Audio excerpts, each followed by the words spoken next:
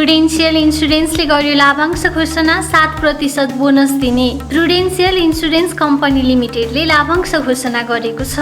कम्पनीको हिजो माघ 24 गते सोमबार बसेको सञ्चालक समितिको बैठकले गत आर्थिक वर्ष 77-78 को मुनाफाबाट कम्पनीका शेयर धनीहरूलाई चुक्ता पुँजीको 7% बोनस शेयर र कर प्रयोजनका लागि 0.368% नगद गरी कुल 7.368% लाभांश वितरण गर्ने घोषणा गरेको हो। उक्त प्रस्तावित लाभांश बीमा समितिबाट स्वीकृत भई कम्पनीको आगामी साधारण सभाबाट पारित भए पश्चात वितरण गरिनेछ। लगानीको नयाँ अवसर। राष्ट्र उत्थान लघु वित्तको आइपिओ फागुन 4 गतेदेखि खुल्ने। राष्ट्र उत्थान लघु वित्त वित्तीय संस्था लिमिटेडले फागुन 4 गते बुधबारबाट साधारण शेयर आइपिओ निष्कासन तथा बिक्री खुल्ला गर्ने भएको छ।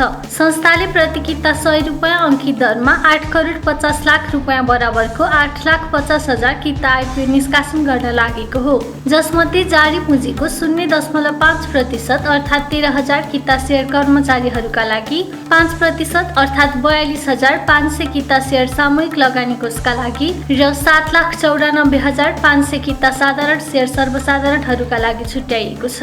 यस आइपिओमा लगानीकर्ताहरूले न्यूनतम 10 कितादेखि अधिकतम 1,000 कितासम्मका लागि आवेदन दिन सक्नेछन्। लगानीकर्ताले छिटोमा फागुन 8 गतेदेखि ढिलोमा फागुन 18 गतेसम्म आवेदन दिन सक्नेछन्।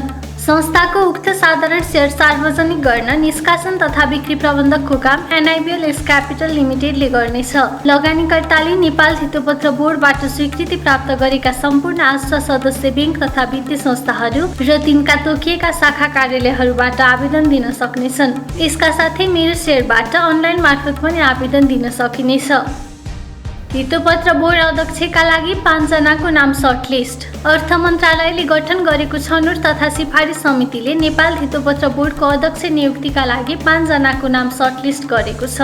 समितिले डाक्टर गोपाल भट्ट, रमेश हमाल, खगेन्द्र कटुवाल, निरज गिरी र कृष्णराज पोखरेलको नाम सर्टलिस्ट गरेको हो। आवेदन दिएका 15 जना मध्येबाट 5 जनाको नाम सर्टलिस्टमा आएको हो। अब यी 5 जनाले व्यावसायिक कार्ययोजनाको प्रस्तुतिकरण तथा अन्तर्वार्ता दिनुपर्नेछ। यी 5 जना मध्येबाट फेरि 3 जना सर्टलिस्ट हुनेछन्। त्यसमध्येबाट मन्त्री परिषद बैठकले 1 जनालाई बोर्डको अध्यक्ष चयन गर्नेछ।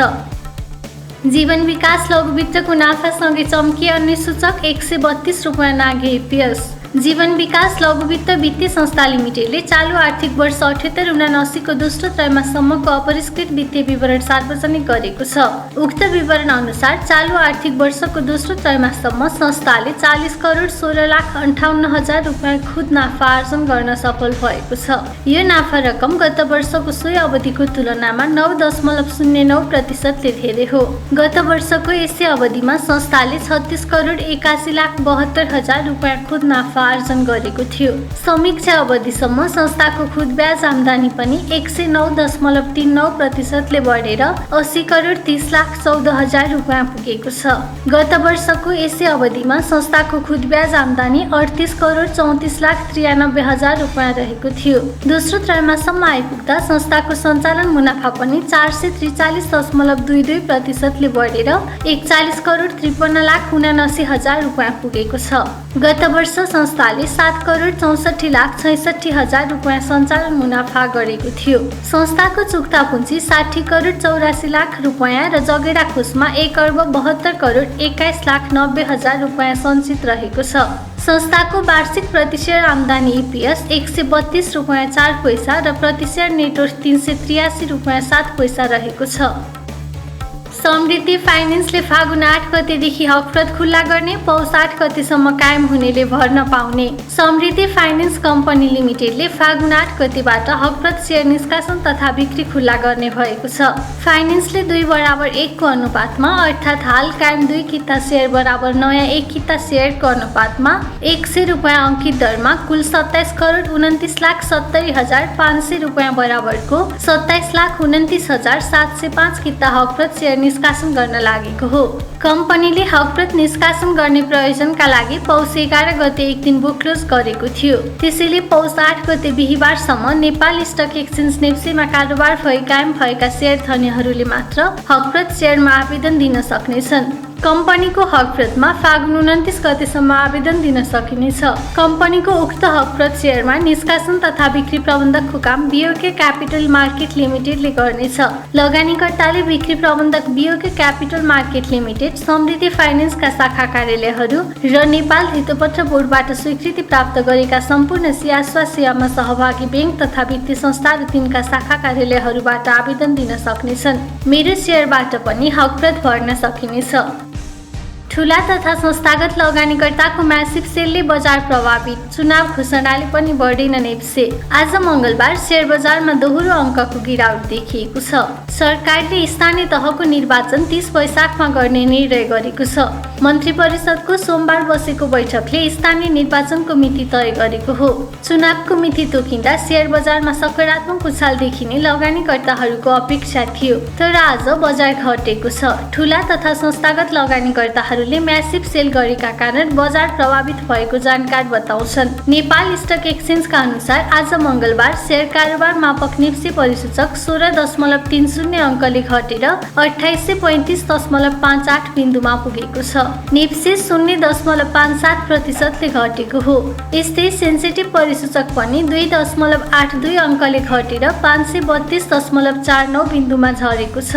कुल 230 वटा कम्पनीको 1,20,93,751 किता शेयर खरिद बिक्री हुँदा 6,28,72,17,985 रुपियाँ बराबरको कारोबार भएको नेप्सेले जनाएको छ।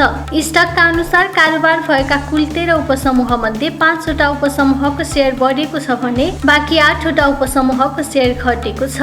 मंगलबार कारोबारमा Arun valley hydropower development company limited अब्बल छ। कम्पनीको 35,85,12,000 रुपियाँ बराबरको कारोबार भएको हो। आज एभरेस्ट इन्स्योरेन्सको संस्थापक शेयरको मूल्य सबैभन्दा धेरै बढेको छ।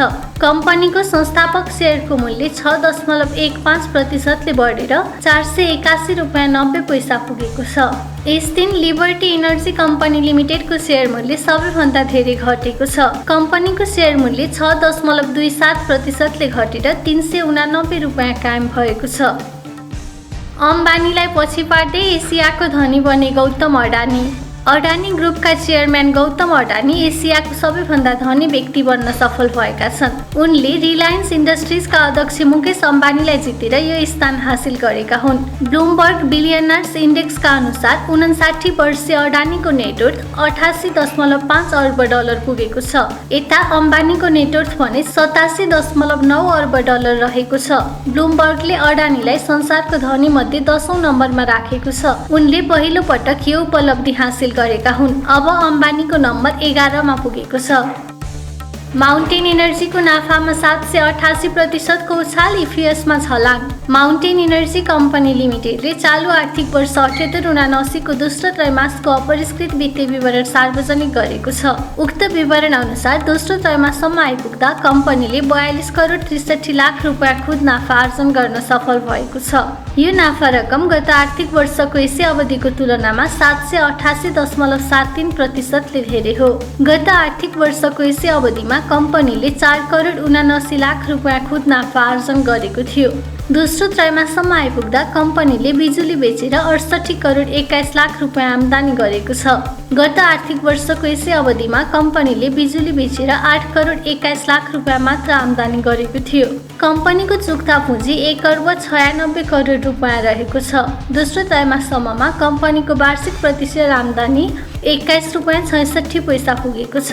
गत वर्षको यसै अवधिमा कम्पनीको इपिएस 2 रुपियाँ 85 पैसा मात्र रहेको थियो। कम्पनीको प्रतिशत नेटवर्थ 142 रुपियाँ 25 पैसा पुगेको छ। प्रिमियममा आइपिओ ल्याउन लागेको रिलायबल लाइफको नाफासँगै अन्य सूचक सकारात्मक। Reliable Nepal life insurance company लिमिटेडले चालु आर्थिक वर्ष 78-79 को दोस्रो त्रैमाससम्मको अपरिष्कृत वित्तीय विवरण सार्वजनिक गरेको छ। उक्त विवरण अनुसार समीक्षा अवधिसम्म आइपुग्दा कम्पनीको खुद नाफा 1.46% ले बढेर 18 करोड 5 लाख रुपियाँ पुगेको छ। गत वर्षको सोही अवधिमा कम्पनीले 17 करोड 79 लाख रुपियाँ नाफा कमाएको थियो। पुस मसान्तसम्म कम्पनीको बीमा शुल्क पनि बढेर 1 अर्ब 92 करोड रुपियाँ पुगेको छ। अघिल्लो वर्षको सोही अवधिसम्ममा कम्पनीको बीमा शुल्क 1 अर्ब 31 करोड रुपियाँ रहेको थियो। हाल कम्पनीको चुक्ता पुँजी 1 अर्ब 40 करोड रुपियाँ र जगेडा कोषमा 1 अर्ब 60 लाख रुपियाँ सञ्चित रहेको छ। कम्पनीको जीवन बीमा कोषको आकार 89.28% बढेर 3 अर्ब 61 करोड रुपियाँ पुगेको छ। कम्पनीको वार्षिक प्रतिशेयर आम्दानी 25 रुपियाँ 79 पैसा र कम्पनीको प्रतिशेयर नेटवर्थ 178 रुपियाँ 85 पैसा रहेको छ। रिलायबल लाइफ इन्सुरेन्स कम्पनी लिमिटेडले अङ्कित मूल्य 100 रुपियाँमा थप 112 रुपियाँ प्रिमियम थपेर प्रति किता 212 रुपियाँ अङ्कित दरमा 60 लाख किता आइपिओ निष्कासन गर्नका लागि साउन 12 गते सेबोनमा निवेदन पेश गरेको छ। 5 सेले बढ्यो सुनको भाव, 5 रुपियाँले बढ्यो चाँदी। मङ्गलबार सुनको मूल्य तोलामा 500 रुपियाँले बढेर प्रति तोला 93,100 रुपियाँ कायम भएको छ। यस दिन चाँदीको मूल्य पनि तोलामा 5 रुपियाँले बढेर प्रति तोला 1,360 रुपियाँ कायम रहेको नेपाल सुन चाँदी व्यवसायी महासङ्घले जनाएको छ।